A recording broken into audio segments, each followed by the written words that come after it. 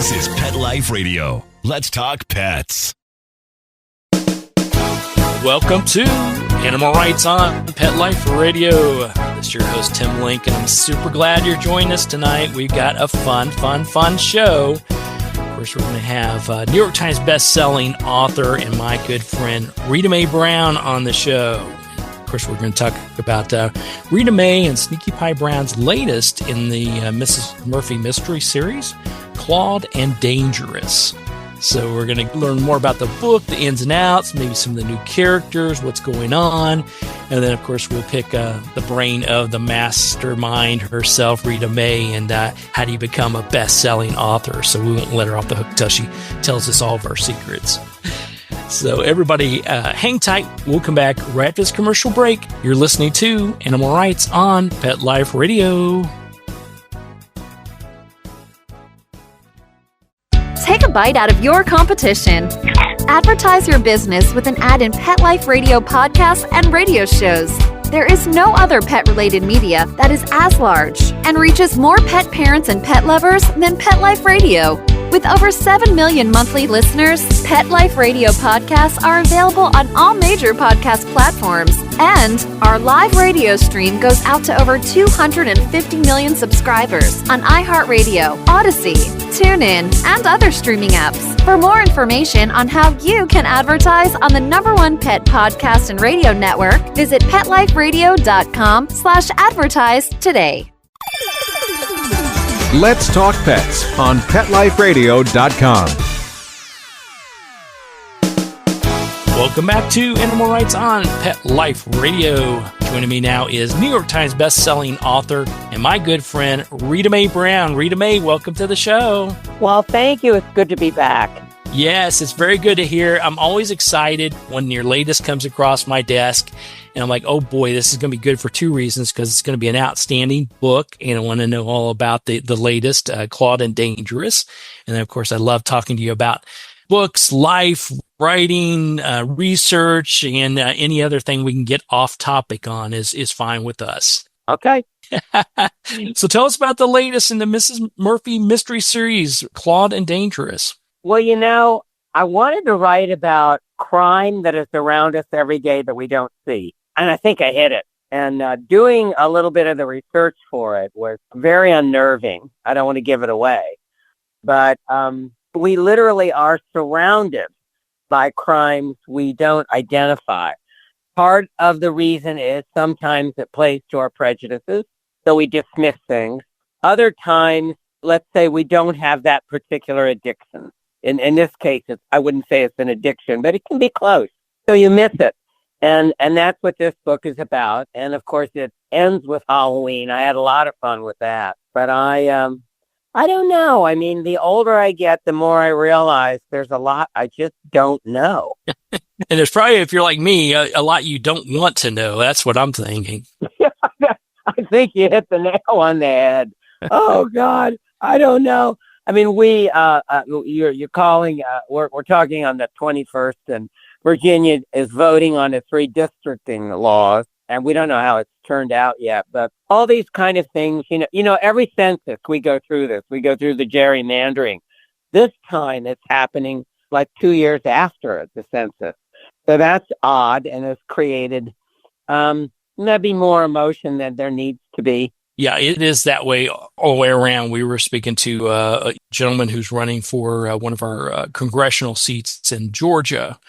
And he has great background, great in politics, business, family life. He was former Navy fighter pilot. He has all the good things. And he seems to be a nice guy that seems to have all the check boxes.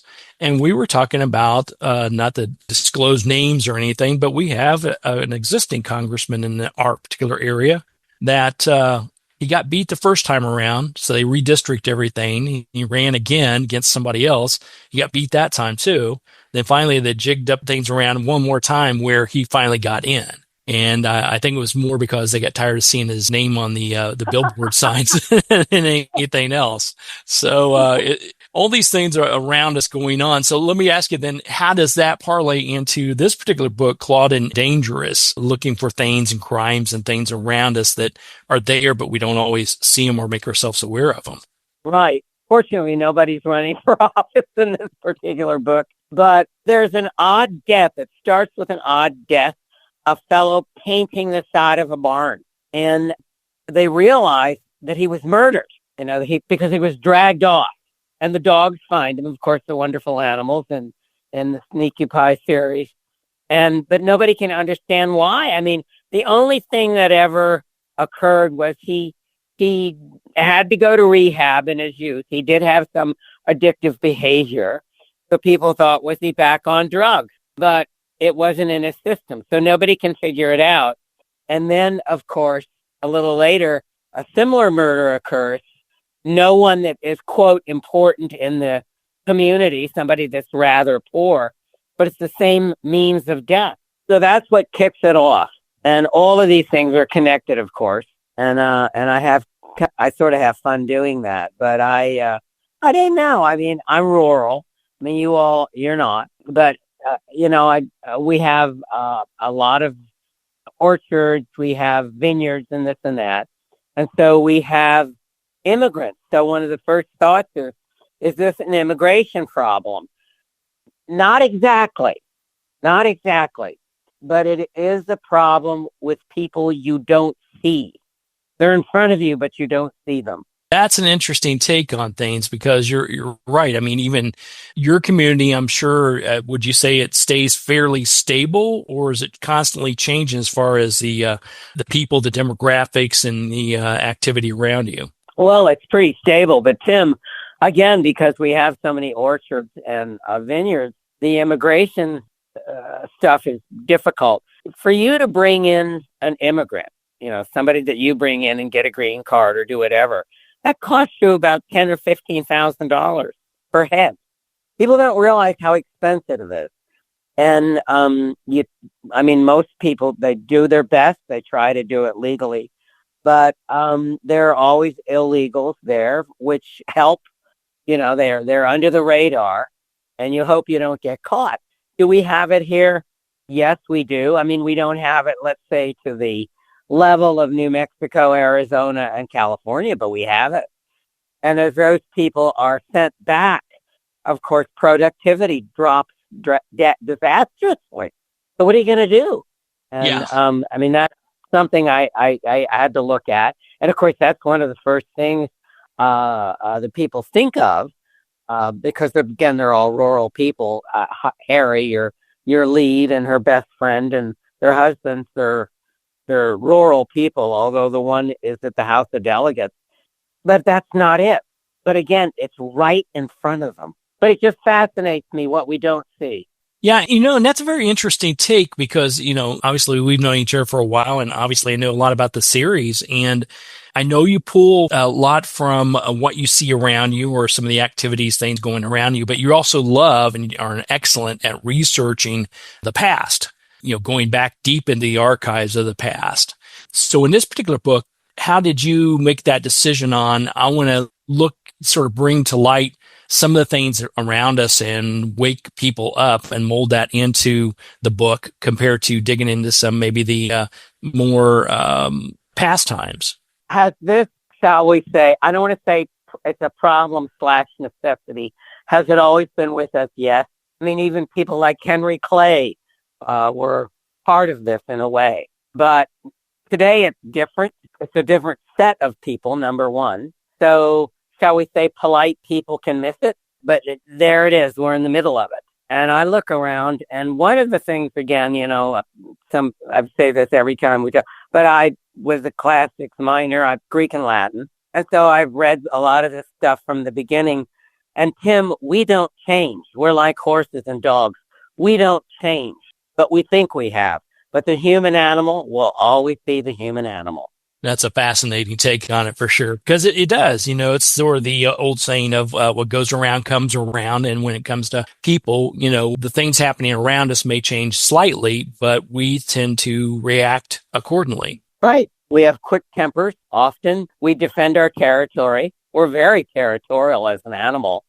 And we have to be, because we have to eat. If your food is limited and somebody comes into your territory, that's an enemy. And we still have that. We may dress it up, but we still have it.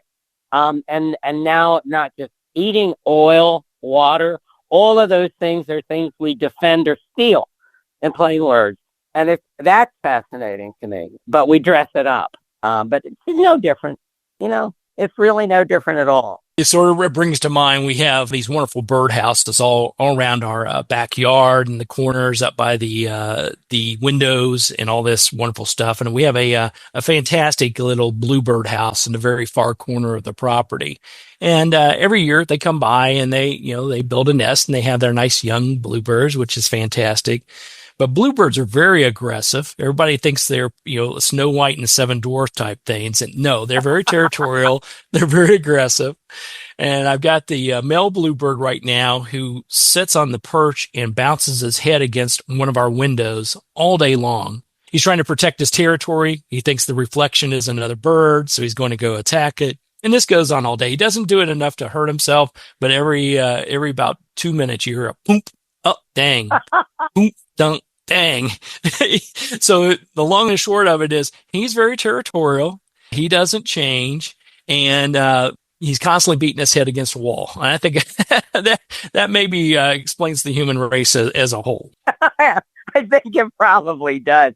I mean, it does fascinate me but we change it. A lot of times we cover this aggression with religion. We say, well, we're supposed to do this, or if you're monotheistic, your one God has told you to do it. You're just following orders. If you have multiple gods, one of them has given you the order.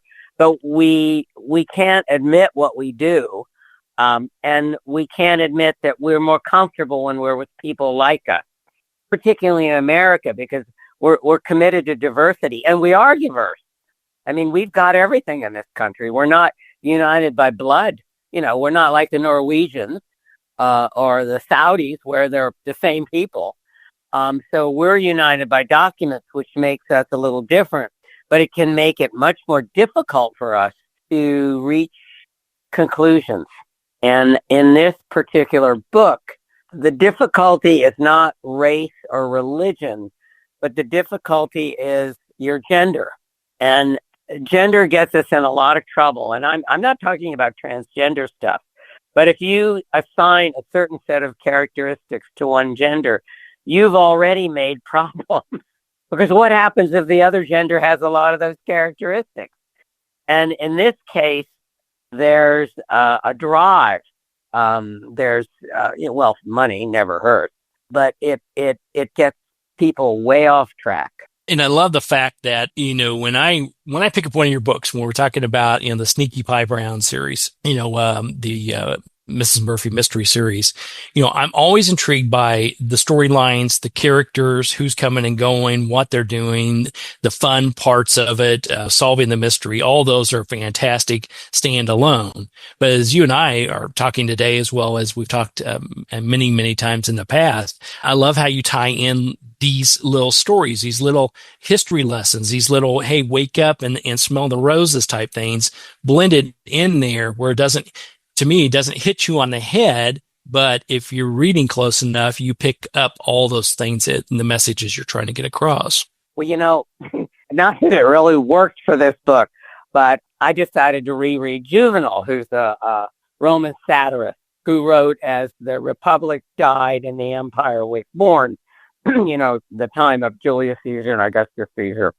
Well, anyway, it's dirt that's too good to be true. I mean, just absolutely delicious. And, we're hampered by Puritanism. So their decadence is so beyond anything we could imagine. So I'm reading this and I'm thinking, if only kids knew about, by the time they get to the third year of Latin, they could actually read this. There would be hundreds of thousands of kids in America begging to learn Latin. But some of what Juvenal is writing about actually winds up in this book in a modern way. But I'll give you one example, which it's not exactly in the book, but it gets you to some of what's going on. He makes fun of a man that has died. It was very wealthy. And I think his name was Nidus or Nidus or something like that.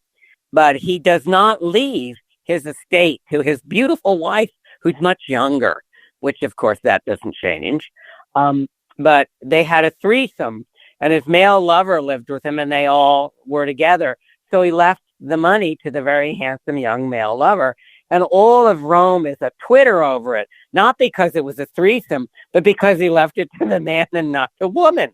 And I read this stuff and I think, this is just too absolutely wonderful.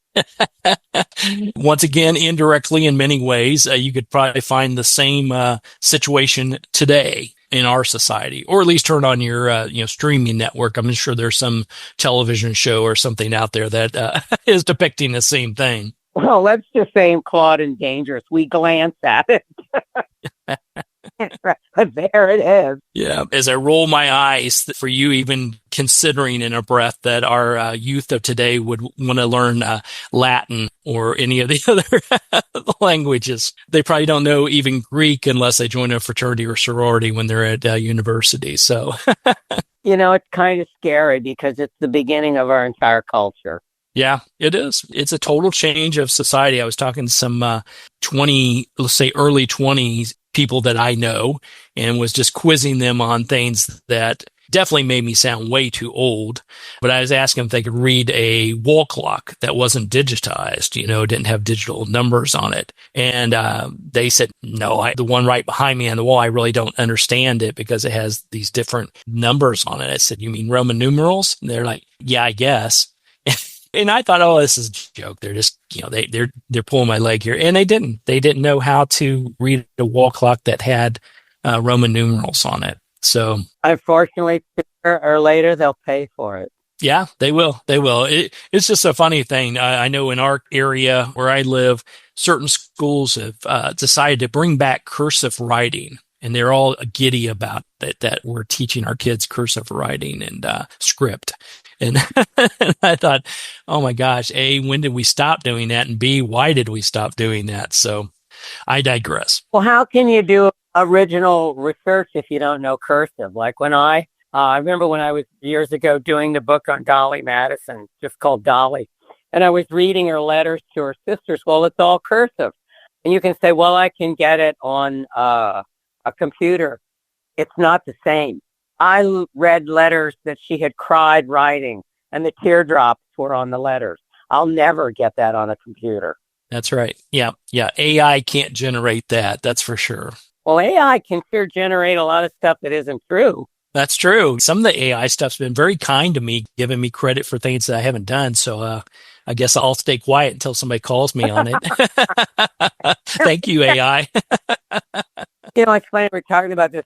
One of the things that I've never really written about, and I don't know if I can, are these people that breed dogs.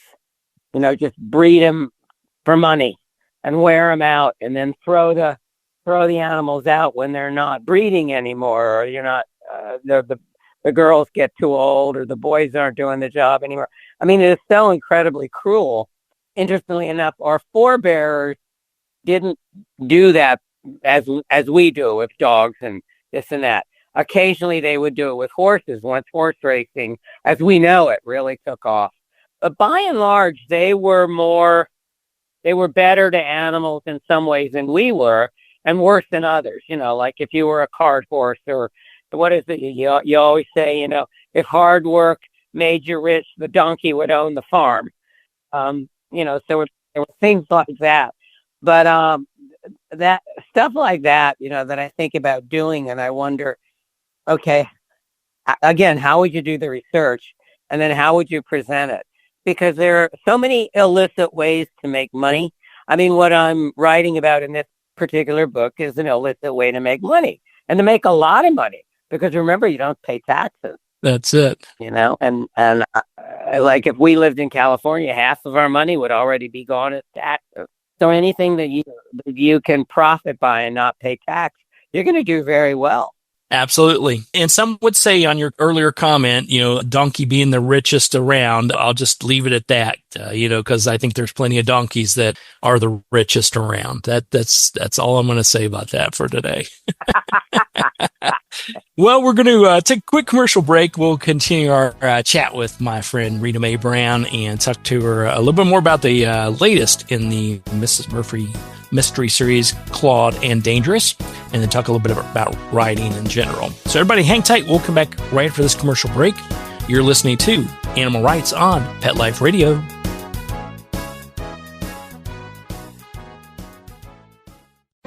Hi, this is Tim Link, animal communicator and pet expert and host of Animal Rights on Pet Life Radio. Have you ever wanted to know what your pet is really thinking? Do you want to find out if they truly understand what you're trying to tell them? Or wish you could build a better understanding and closer relationship with your pet? Well, now you can. Learning to Communicate with Animals is a 4-part on-demand workshop. In the workshop, you'll learn the essential techniques that are necessary to communicate with animals, including what is animal communication, breathing correctly to achieve the perfect state to communicate with your animals at a deeper level, using guided meditation exercises, a method to communicate with animals, and how to send and receive information from your animals. So if you're wanting to learn how to communicate and connect with your animals at a deeper level, visit PetLifeRadio.com/workshop and purchase and download Learning to Communicate with Animals. You'll be glad you did. Let's talk pets. Let's talk pets On Pet Life Radio. Pet Life Radio. PetLifeRadio.com. Welcome back to Animal Rights on Pet Life Radio. Continuing our conversation with New York Times bestselling author Rita Mae Brown, latest book in the Mrs. Murphy mystery series, Claude and Dangerous. Now, Rita Mae, when people pick up a copy of this particular book, whether it's an existing fan, someone new to the series, what do you hope that they glean from it? Are you hoping that they just see it as a pure fun entertainment and love of these characters? Are you trying to get a message across, or is this somewhere in between? When I write, mostly, the few will know Aristophanes, who is the great Greek comic writer. But I start there, and everything Euripides, Aeschylus, Sophocles, Aristophanes wrote was very easy to understand. It was because it was for the masses. And I want to write books that are very easy to understand. I'm not there to tell you how smart I am. I want you to realize how smart you are. And so they're easy to understand. It takes you away from your troubles. Hopefully you'll relax a little bit. But if you want to learn something, you can learn something in every book I've ever written. Including this one. But you don't have to. You don't want to, you don't have to. But I actually have a fairly good time writing. And I respect people that read because they don't want to realize it. But if you read books, you're an elite. Oh, no, I'm not an elite. Yes, you are. All throughout history, anybody that was literate was a mover and a shaker and knew more than the people around them. So if you can read, you're already ahead of the game. And our kids are graduating from school, and their reading skills are dismal. Dismal. What's going to happen to them? If you're in business with a German or a Japanese or whatever, a lot of times their English skills are better than ours. Yeah, absolutely. Well, their school systems often require them to learn at least one other language, if not learn English and some other language. And I think they have a better realization of the fact that, the English language is still spoken in more places than anywhere, so they need to learn these things. For us, it's more of a drudgery if we have to learn another language that they should speak our language. How dare they? If we go to Germany, how dare they not speak English? Right. One of the things that I loved about learning Latin and Greek, and I took French and a year of French, and I can't speak it. I just cannot get those words out of my mouth. But because of the Latin, I can sometimes read parts of it. But what I found fascinating, and I just can't understand it, other people don't quite jump on this, is you can say things in another language you can't say in your own. So it expands your ability to grasp reality. Very interesting. So, and learning more than just the bad words and the curse words would be critical Right. too, I would think. One of the things I learned in Latin is you can always find the agent of change. You can always find out who did what to whom because of the way the language is structured. If they want you to know, it's super clear. If they don't want you to know, it's clear that they don't want you to know. We're trickier. We use passive voice to hide the agent of change. So most government documents in the United States are written in passive voice. Saigon was bombed at 6 o'clock on Tuesday, but they don't tell you bombed by who. And if you begin to realize these things, you realize you're being lied to. And that's one of the things that, I don't want to say that our bad guy in this book uses passive voice, but he's very, very clever. He's clever at redirecting your energy. Nice. I have fun with that. Again, I don't want to make too much of it, but if you want to learn something in my books, you can. And if not, you don't have to. But I just think people are overcommitted. They're tired. Politics has just worn them out. And in terms of politics, I would just be thrilled for a brief interlude of rationality. Well, I think everybody wants that, but they don't want it, or they're afraid to ask for it. I think is what we're looking at right now. It's always something new, and I always tell people, just stay away from the news. That's all I gotta say. You'll live a happier life, that's for sure. Well, instability breeds extremism, and that's where we are. And until more people come back to the middle and realize there are people that think differently than you and I do, we might not agree on everything. But if you have an opinion that's different than mine, I have to realize it comes from something real in your life, or it comes from a fear. So it would behoove me to listen to you. And that's what I think people are forgetting is that, these people say, oh, this is a MAGA nut, or oh, this is a woke nut. It comes from something real, and it has gotten pushed to an extreme, so no good can come from it. Yeah. I would agree with that wholeheartedly, and there's something in everything. If you want to really get to know someone, don't judge them by their politics or their religion or anything else. Just get to know their point of view and learn from it. Like you said, it may not be your point of view, but that's all right. It's all right. So when people pick up one of the characters in this book, the first one that's murdered, you find out later, nobody really wanted him because of his addictions in the past. And so I think most men need women. Well, I think most women need men, and then there are those that want their own gender. But most people need someone in their life. And the way he found it was perhaps not ideal, but he did find it, and then he died for it, which you don't find out until the end. And I'm actually not giving it away because it all sort of makes sense when it's pulled together. But somebody would say, well, that's a loser. And I looked at him and I thought, well, that's somebody who did pull himself together, but at a high cost. Nice. And if they want to know more about what really happens and get to know that character, they got to go pick up a copy of the book, Claude and Dangerous, Rita Mae Brown, Sneaky Pie Brown, part of the Mrs. Murphy Mystery Series. So, Rita Mae, where can people find out more about you, your books, what you're going to be doing, all those wonderful things? I don't know. I think the house has a speakers bureau, but Kim, all I'm doing is working my butt off. The drought, we're struggling, to get we got to get rain, and the crops. If we don't get some rain, we're going to have crop difficulties. But where we're really struggling, and this gets me to politics, is I can't afford seed or fertilizer right now. My fertilizer bills went up 200%. Now they've dropped to 70%, and that's supposed to be an improvement. My goodness. So I'm working and struggling, and I'm a farmer. Neither party really cares about farmers. I think we all know that. But at least the Midwest, they sort of have to care more. But I'm in Virginia, and that agriculture is still our biggest moneymaker. And I wouldn't be surprised if not the number one biggest moneymaker in Georgia, the second biggest moneymaker. And that's also why I have a lot of fun with the Sneaky Pie books, because I can slip a few things in there about real country life. That's it. And that's part of that learning experience too. So, the characters are always fantastic. The existing characters and new ones you introduce, the mystery itself is always fantastic. And it's like you said, I always learn a lot. I always look for, since I've known you for a while, I've been blessed with that. I always look for those little hidden gems in there that I know you eloquently fold into the fabric of an existing story with these existing characters. So, I learn a lot as well as enjoy the heck out of it. How about that? Well, thank you. I learned a lot from you. Over the years, talk about animals all the time because that's your dogs, my dogs, and cats, and all this and that, and the horses.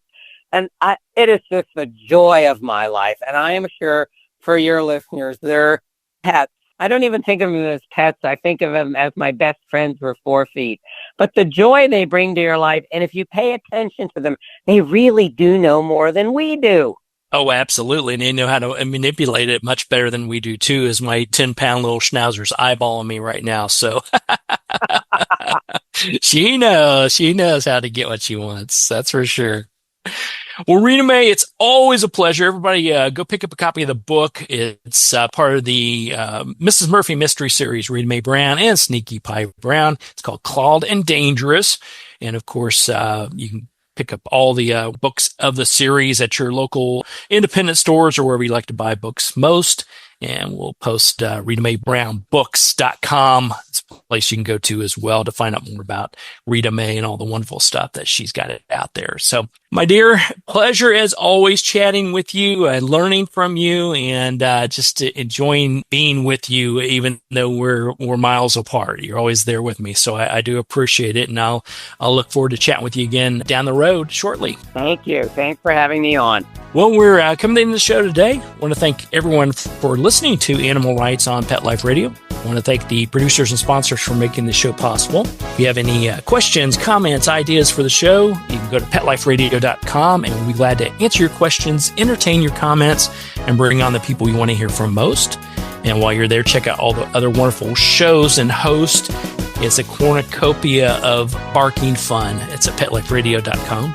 So until next time, write a great story about the animals in your life, and who knows, you may be the next guest on Animal Rights on Pet Life Radio. Have a great day. Let's Talk Pets, every week on demand, only on PetLifeRadio.com.